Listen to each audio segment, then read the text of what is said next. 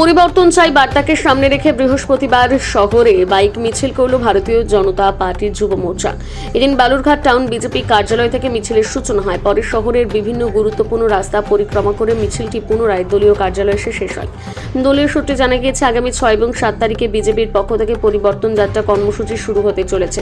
সেই কর্মসূচির আগে সংগঠনকে আরও চাঙ্গা করা এবং সাধারণ মানুষের কাছে পরিবর্তনের বার্তা পৌঁছে দিতে এই বাইক মিছিলের আয়োজন করা হয়।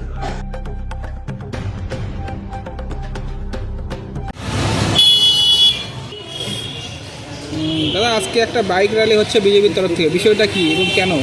কী নিয়ে বিষয়টা? আপনারা জানেন আজকে বিশেষ দিন আমাদের, সেটা হচ্ছে 6-7 তারিখে আমাদের পরিবর্তন যাত্রা এই জেলাতে রয়েছে। সেই কারণে যুব এবং যুবতীদের নিয়ে আমাদের বাইক র্যালি একটা বৃহত্তরভাবে বালুরঘাট শহরে করা হয়েছে। আমাদের একটাই স্লোগান যে পরিবর্তন চাই।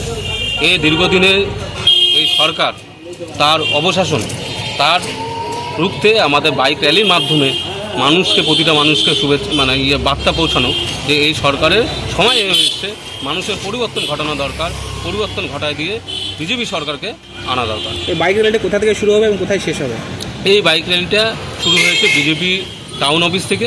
এটা গোটা শহর জুড়ে এটা হচ্ছে বাইক র্যালিতে চলবে। আপনার নামটা বলবেন? আমার নাম বাবুসোনা অধিকারী, ডেজিগনেশন বালুরঘাট শহর যুব মোর্চার সভাপতি। ঠিক আছে। ঠিক আছে।